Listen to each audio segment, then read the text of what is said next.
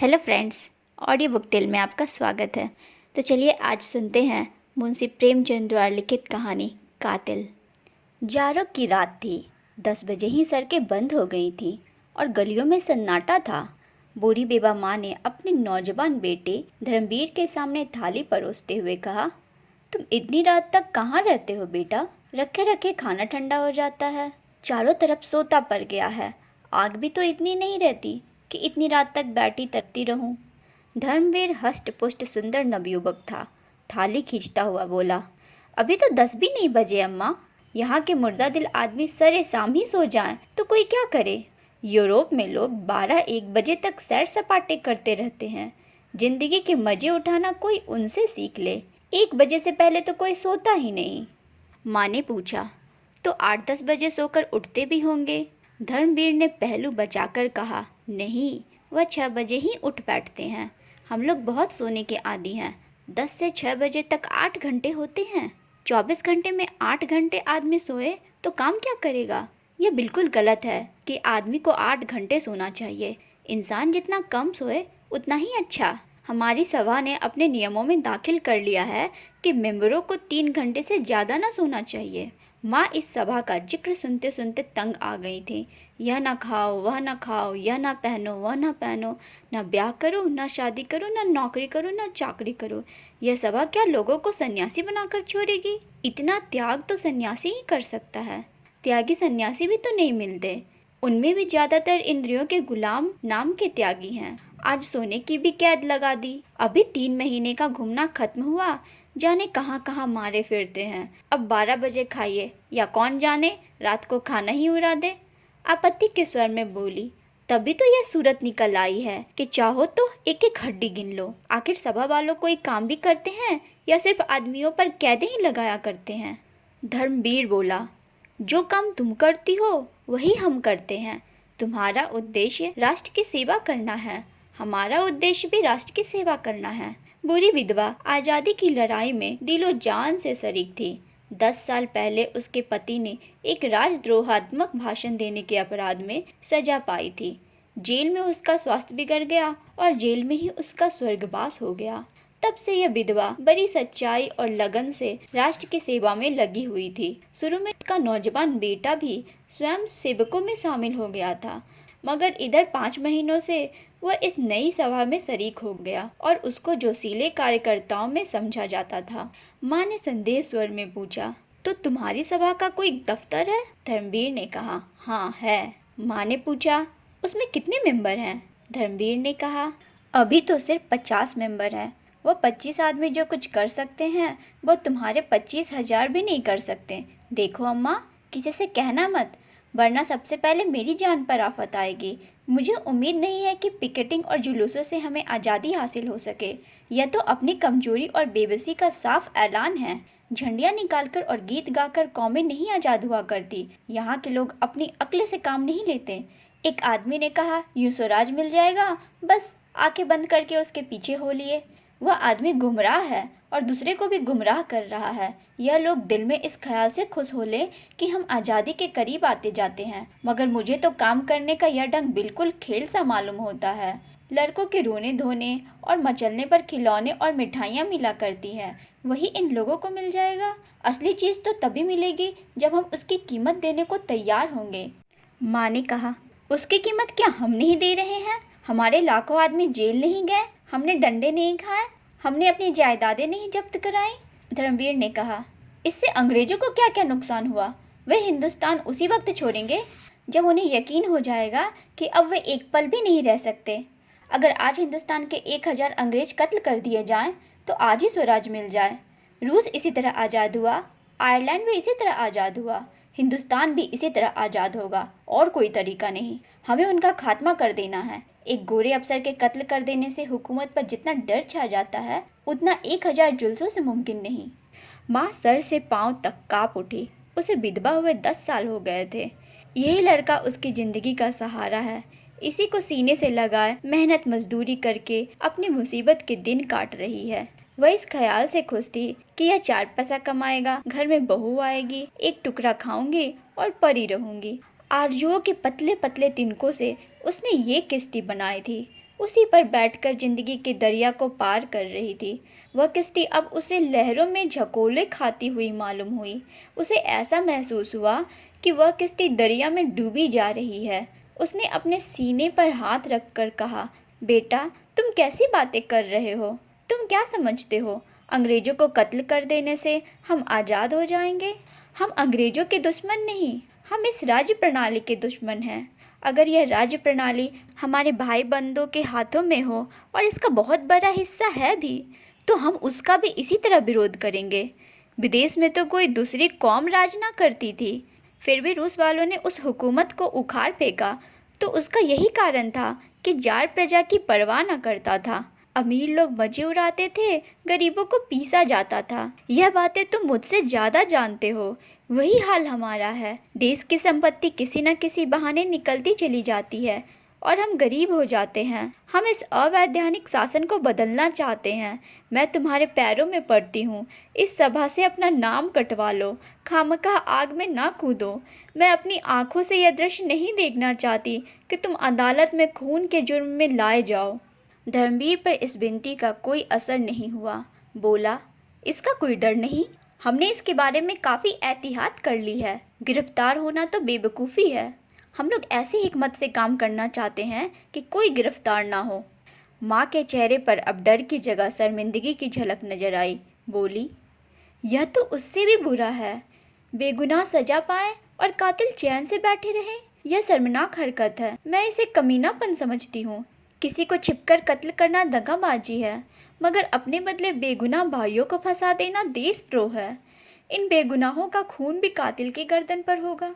धर्मवीर ने अपनी माँ की परेशानी का मजा लेते हुए कहा, अम्मा, तुम इन बातों को नहीं समझती। तुम अपने धरने दिए जाओ, जुलूस निकालो, जाओ। हम जो कुछ करते हैं हमें करने दो। गुनाह और सवाब, पाप और पुण्य, धर्म और अधर्म, यह निरर्थक शब्द है। जिस काम का तुम सापेक्ष समझती हो, मैं उसे पुण्य समझता हूँ। तुम्हें कैसे समझाऊं कि यह सापेक्ष शब्द है? तुमने भगवत गीता तो पढ़ी है। कृष्ण भगवान ने साफ कहा है, मारने वाला मैं हूँ और जिलाने वाला मैं हूँ। आदमी न किसी को मार सकता है न जिला सकता है। फिर कहाँ रहा तुम्हारा पाप? मुझे इस बात की क्यों शर्म हो कि मेरे बदले कोई दूसरा मुजरिम करार दिया जाए? यह व्यक्तिगत लड़ाई नहीं, इंग्लैंड की सामूहिक शक्ति से युद्ध है। मैं मरूं या मेरे बदले कोई दूसरा मरे, इसमें कोई अंतर नहीं। जो आदमी राष्ट्र की ज़्यादा सेवा कर सकता है, उसे जीवित रहने का ज़्यादा अधिकार है। माँ आश्चर्य से लड़के का मुंह देखने लगी। उससे बहस करना बेकार था। अपनी दलीलों से वह उसे कायल न कर सकती थी। धर्मवीर खाना खाकर उठ गया, मगर वह ऐसी बैठी रही कि जैसे लकवा मार गया हो। उसने सोचा, कहीं ऐसा तो नहीं कि वह किसी का कत्ल कराया हो या कत्ल करने जा रहा हो। इस विचार से उसके शरीर में कपकपी आ गई। आम लोगों की तरह हत्या और खून के प्रति घृणा उसके शरीर के कण कण में भरी हुई थी। उसका अपना बेटा खून करे, इससे ज़्यादा लज्जा, अपमान, घृणा की बात उसके लिए और क्या हो सकती थी? वह राष्ट्र सेवा की उस कसौटी पर जान देती थी जो त्याग, सदाचार, सच्चाई और साफ दिली का वरदान है। उसकी आंखों में राष्ट्र का सेवक वह था जो नीच से नीच प्राणी का दिल भी न दुखाए, बल्कि जरूरत पड़ने पर खुशी से अपने को बलिदान कर दे। अहिंसा उसकी नैतिक भावनाओं का सबसे प्रधान अंग थी। अगर धर्मवीर किसी गरीब की हिमायत में गोली का निशाना बन जाता तो वह रोती जरूर, मगर गर्दन उठाकर। उसे गहरा शोक होता। शायद इस शोक में उसकी जान भी चली जाती, मगर इस शोक में गर्व मिला हुआ होता। लेकिन वह किसी का खून कराए, यह एक भयानक पाप था, कलंक था। लड़के को रोके कैसे? यही सवाल उसके सामने था। वह यह नौबत हरगिज न आने देगी कि उसका बेटा खून के जुर्म में पकड़ा न जाए। उसे यह बर्दाश्त था कि उसके जुर्म की सज़ा बेगुनाहों को मिले। उसे ताज्जुब हो रहा था, लड़के में यह पागलपन आया क्यों? वह खाना खाने बैठी, मगर कौर गले से नीचे न जा सका। कोई जालिम हाथ धर्मवीर को उनकी गोद से छीन लेता है। वह इस हाथ को हटा देना चाहती थी। अपने जिगर के टुकड़े को वह एक क्षण के लिए भी अलग ना करेगी। छाया की तरह उसके पीछे पीछे रहेगी। किसकी मजाल है जो उस लड़के को उसकी गोद से छीने? धर्मवीर बाहर के कमरे में सोया करता था। उसे ऐसा लगा कि कहीं वह चला न गया हो। फौरन उसके कमरे में आए। धर्मवीर के सामने दीवट पर दिया जल रहा था। वह एक किताब खोले पढ़ता पढ़ता सो गया था। किताब उसके सीने पर पड़ी थी। माँ ने वहीं बैठकर अनाथ की तरह बड़ी सच्चाई और विनय के साथ परमात्मा से प्रार्थना की कि लड़के का हृदय परिवर्तन कर दे। उसके चेहरे पर अब भी वही भोलापन, वही मासूमियत थी जो 15-20 साल पहले नजर आती थी। कर्कशता या कठोरता का कोई चिन्ह न था। माँ की सिद्धांत परता एक क्षण के लिए ममता के आंचल में छिप गई। माँ ने हृदय से बेटे की हार्दिक भावनाओं को देखा। इस नौजवान के दिल में सेवा की कितनी उमंग है, कौम का कितना दर्द है, पीड़ितों से कितनी सहानुभूति है। अगर इसमें बूढ़ों की सी सूझबूझ, धीमी चाल और धैर्य है तो इसका क्या कारण है? जो व्यक्ति प्राण जैसी प्रिय वस्तु को बलिदान करने के लिए तत्पर हो, उसकी तरफ और जलन का कौन अंदाजा कर सकता है? काश यह जोश, यह दर्द हिंसा के पंजे से निकल सकता तो जागरण के प्रति कितनी तेज हो जाती। माँ की आहट पाकर धर्मवीर चौंक पड़ा और किताब संभालता हुआ बोला, तुम कब आ गई अम्मा? मुझे तो जाने कब नींद आ गई। माँ ने दीवट को दूर हटाकर कहा, चारपाई के पास दिया रखकर ना सोया करो, इससे कभी कभी दुर्घटनाएं हो जाया करती हैं। और क्या सारी रात पढ़ते ही रहोगे? आधी रात हो गई, आराम से सो जाओ। मैं भी यहीं लेटी जाती हूँ, मुझे अंदर ना जाने क्यों डर लगता है। धर्मवीर ने कहा, तो मैं एक चारपाई लाकर डाले देता हूँ। माँ ने कहा, नहीं, मैं यहीं ज़मीन पर लेट जाती हूँ। धर्मवीर ने कहा, वाह, मैं चारपाई पर लेटूं और तू ज़मीन पर पड़ी रहो, तुम चारपाई पे आ जाओ। माँ ने कहा, चल मैं चारपाई पर लेटूं और तू ज़मीन पर पड़ा रहे, यह तो नहीं हो सकता। धर्मवीर ने कहा, मैं चारपाई लिए आता हूँ, नहीं तो मैं भी अंदर ही लेटता हूँ। आज आप डरी क्यों? माँ ने कहा, तुम्हारी बातों ने डरा दिया, तो मुझे भी क्यों अपनी सभा में नहीं शरीक कर लेता? धर्मवीर ने कोई जवाब नहीं दिया। बिस्तर और चारपाई उठाकर अंदर वाले कमरे में चला। माँ आगे आगे चिराग दिखाती हुई चली। कमरे में चारपाई डालकर उस पर लेटता हुआ बोला, अगर मेरी सभा में शरीक हो जाओ तो क्या पूछना, बेचारे कच्ची कच्ची रोटियां खाकर बीमार हो रहे हैं, उन्हें अच्छा खाना मिलने लगेगा। फिर ऐसी कितनी ही बातें हैं जिन्हें एक बुरी स्त्री जितनी आसानी से कर सकती है, नौजवान हरगिज नहीं कर सकते। मसलन किसी मामले का सुराग लगाना, औरतों में हमारे विचारों का प्रचार करना। मगर तुम दिल लगी कर रही हो। माँ ने गंभीरता से कहा, नहीं बेटा, दिल लगी नहीं कर रही, दिल से कह रही हूँ। माँ का दिल कितना नाजुक होता है, इसका अंदाज़ा तुम नहीं कर सकते। तुम्हें इतने बड़े खतरे में अकेला छोड़कर मैं घर नहीं बैठ सकती। जब तक मुझे कुछ नहीं मालूम था दूसरी बात थी, लेकिन अब यह बात जान लेने के बाद मैं तुमसे अलग नहीं रह सकती। मैं हमेशा तुम्हारे बगल में रहूँगी और अगर कोई ऐसा मौका आया तो तुमसे पहले अपने को कुर्बान करूँगी। मरते वक्त तुम मेरे सामने होंगे, मेरे लिए यही सबसे बड़ी खुशी है। यह मत समझो कि मैं नाजुक मौक़ों पर डर जाऊंगी, चीखूंगी, चिल्लाऊंगी, हरगिज़ नहीं। सख्त से सख्त खतरों के सामने भी तुम मेरी ज़बान से एक चीख ना सुनोगे। अपने बच्चे की हिफाजत के लिए गाय भी शेरनी बन जाती है। धर्मवीर ने भक्ति विह्वल होकर माँ के पैरों को चूम लिया। उसकी दृष्टि में वह कभी इतने आदर और स्नेह के योग्य न थी। दूसरे ही दिन परीक्षा का अवसर उपस्थित हुआ। यह 2 दिन बुढ़िया ने रिवॉल्वर चलाने के अभ्यास में खर्च किए। पटाखों की आवाज़ पर कानों पर हाथ रखने वाली अहिंसा और धर्म की देवी इतने साहस से रिवॉल्वर चलाती थी और उसका निशाना इतना अचूक होता था कि सभा के नौजवान को भी हैरत होती थी। पुलिस के सबसे बड़े अफसर के नाम मौत का परवाना निकला और यह काम धर्मवीर के सुपुर्द हुआ। दोनों घर पहुँचे तो माँ ने पूछा, क्यों बेटा, इस अफसर ने तो कोई ऐसा काम नहीं किया, फिर सभा ने क्यों उसे चुना? धर्मवीर माँ की सरलता पर मुस्कुरा कर बोला, तुम समझती हो कि हमारी कांस्टेबल और सब इंस्पेक्टर और सुपरिटेंडेंट जो कुछ करते हैं अपनी खुशी से करते हैं। वे लोग जितने अत्याचार करते हैं उनके यही आदमी जिम्मेदार हैं। और फिर हमारे लिए तो इतना ही काफ़ी है कि वह उस मशीन का एक खास पुर्जा है जो हमारे राष्ट्र को चरम निर्दयता से बर्बाद कर रही है। लड़ाई में व्यक्तिगत बातों से कोई प्रयोजन नहीं, वहाँ तो विरोध पक्ष का सदस्य होना ही सबसे बड़ा अपराध है। माँ चुप हो गई। क्षण भर बाद डरते डरते बोली, बेटा, मैंने तुमसे कभी कुछ नहीं मांगा। अब एक सवाल करती हूँ, उसे पूरा करोगे? धर्मवीर ने कहा। यह पूछने की कोई जरूरत नहीं अम्मा, तुम जानती हो मैं तुम्हारे किसी हुक्म से इनकार नहीं कर सकता। माँ ने कहा। हाँ बेटा, यह जानती हूँ, इसी वजह से मुझे यह सवाल करने की हिम्मत हुई। तुम इस सभा से अलग हो जाओ। देखो, तुम्हारी बूढ़ी माँ हाथ जोड़कर तुमसे यह भीख मांग रही है।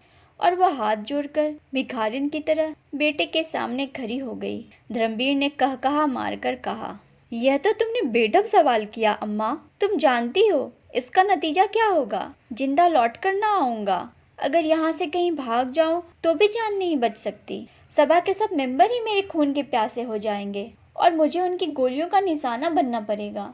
तुमने मुझे यह जीवन दिया है, इसे तुम्हारे चरणों पर अर्पित कर सकता हूँ, लेकिन भारत माता ने तुम्हें और मुझे दोनों को ही जीवन दिया है और उसका हक सबसे बड़ा है। अगर कोई ऐसा मौका हाथ आ जाए कि मुझे भारत माता की सेवा के लिए तुम्हें कत्ल करना पड़े, तो मैं इस अप्रिय कर्तव्य से भी मुंह न मोड़ सकूंगा।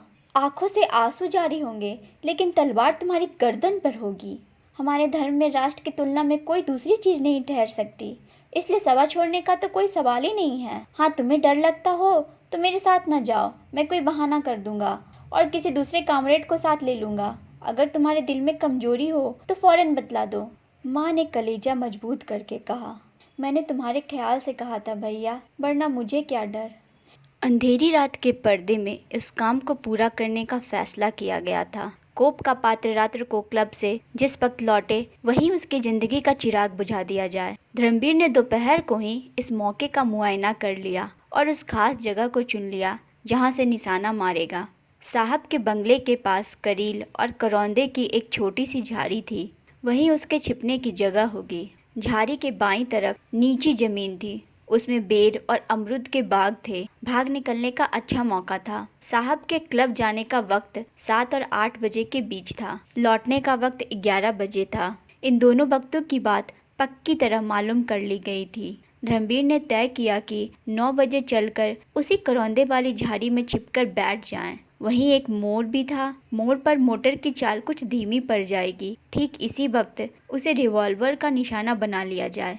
ज्यों-ज्यों दिन गुजरता था, बूढ़ी माँ का दिल भय से सूखता था, लेकिन धर्मवीर के दैनंदिन आचरण में तनिक भी अंतर न था। वह नियत समय पर उठा, नाश्ता किया, संध्या की और अन्य दिनों की तरह कुछ देर पढ़ता रहा। 2-4 मित्र आ गए, उनके साथ 2-3 बाजियां शतरंज की खेली, इत्मीनान से खाना खाया और अन्य दिनों से कुछ अधिक। फिर आराम से सो गया कि जैसे उसे कोई चिंता नहीं है। माँ का दिल उचाट था, खाने पीने का तो जिक्र ही क्या।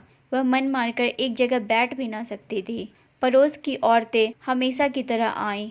वह किसी से कुछ न बोली, बदहवास सी इधर उधर दौड़ती फिरती कि जैसे चूहिया बिल्ली के डर से सुराग ढूंढती हो। कोई पहाड़ सा उसके सिर पर गिरता था। उसे कहीं मुक्ति नहीं, कहीं भाग जाए ऐसी जगह नहीं। वह घिसे पीटे दार्शनिक विचार जिनसे अब तक उसे सांत्वना मिलती थी, भाग्य, पुनर्जन्म, भगवान की मर्जी, वे सब इस भयानक विपत्ति के सामने व्यर्थ जान पड़ते थे। जिरह बख्तर और लोहे की टोपी तीर तुपक से रक्षा कर सकते हैं, लेकिन पहाड़ तो उसे उन सब चीजों के साथ कुचल डालेगा। उसके दिलो दिमाग बेकार हो जाते थे। अगर कोई भाव शेष था तो वह भय था।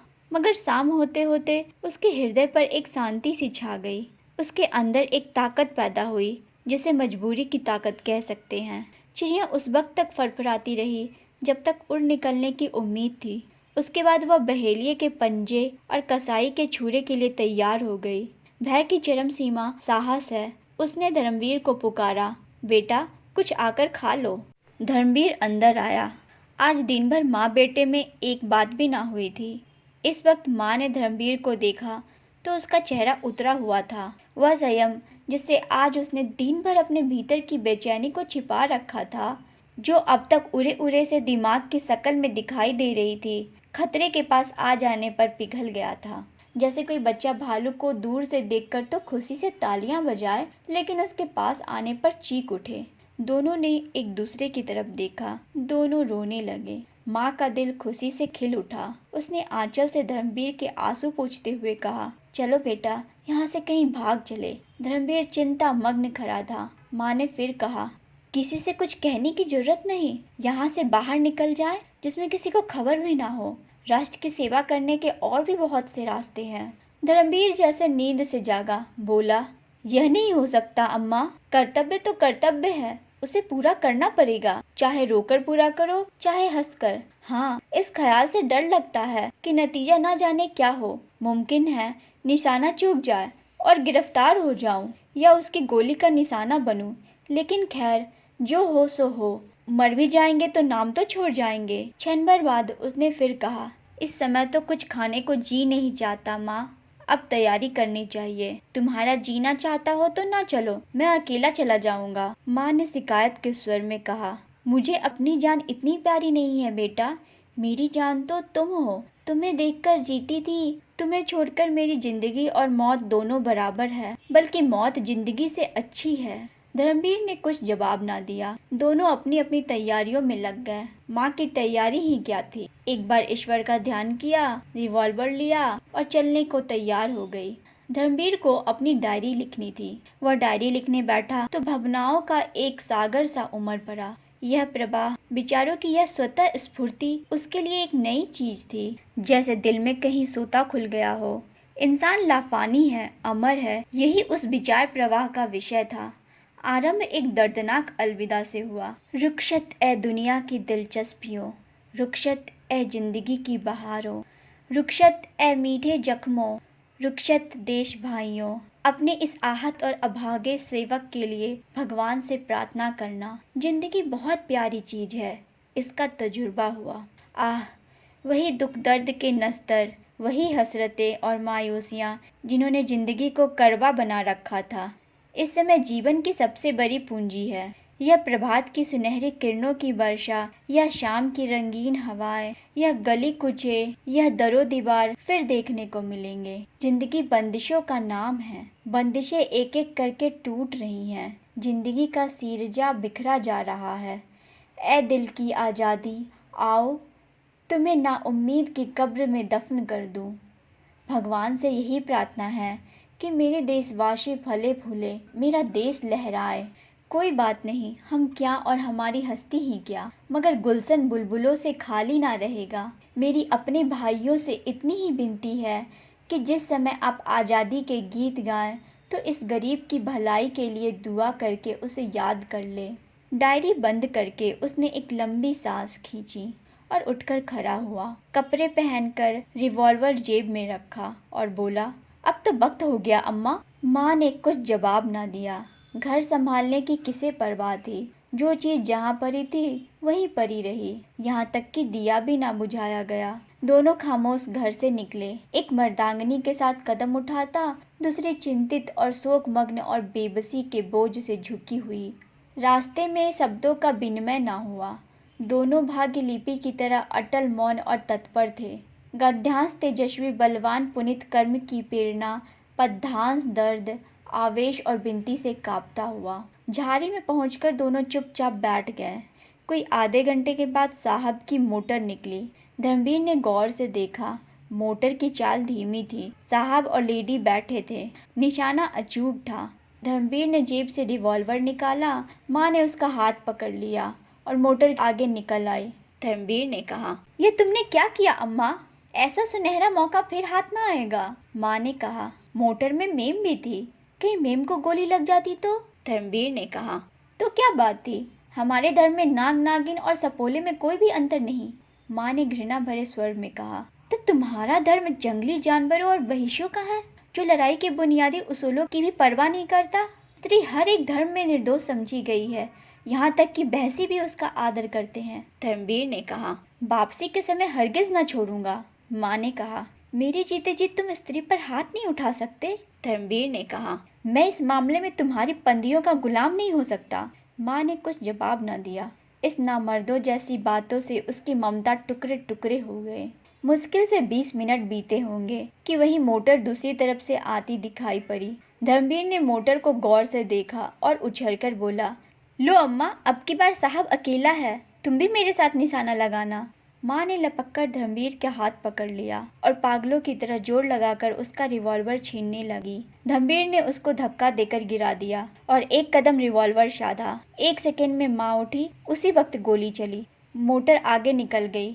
मगर माँ जमीन पर तड़प रही थी।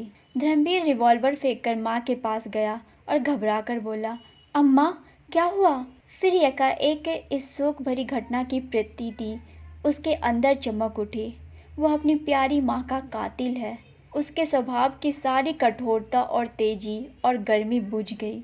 आंसुओं की बढ़ती हुई थरथरी को अनुभव करता हुआ वह नीचे झुका। माँ के चेहरे की तरफ आंसुओं में लिपटी हुई शर्मिंदगी से देखकर बोला, यह क्या हो गया अम्मा? हाय, तुम कुछ बोलती क्यों नहीं? यह कैसे हो गया? अंधेरे में कुछ नजर भी तो नहीं आता। कहाँ गोली लगी, कुछ तो बताओ। आह, इस बदनसीब के हाथों तुम्हारी मौत लिखी थी।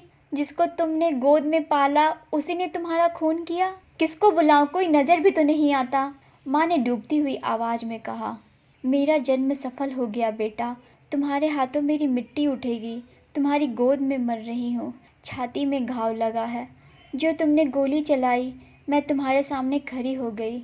अब नहीं भूला जाता।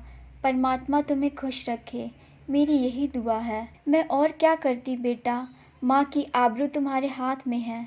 मैं तो चली। क्षण भर बाद उस अंधेरे सन्नाटे में धर्मवीर अपनी प्यारी माँ के नीम जान शरीर को गोद में लिए घर चला तो उसके ठंडे तलवों में अपनी आंसू भरी आंखें रगड़कर आत्मिक आह्लाद से भरी हुई दर्द की टीस अनुभव कर रहा था। यदि आप ऐसे ही रोचक कहानियाँ सुनना चाहते हैं तो हमारा चैनल ऑडियो बुक टेल ज़रूर सब्सक्राइब करें।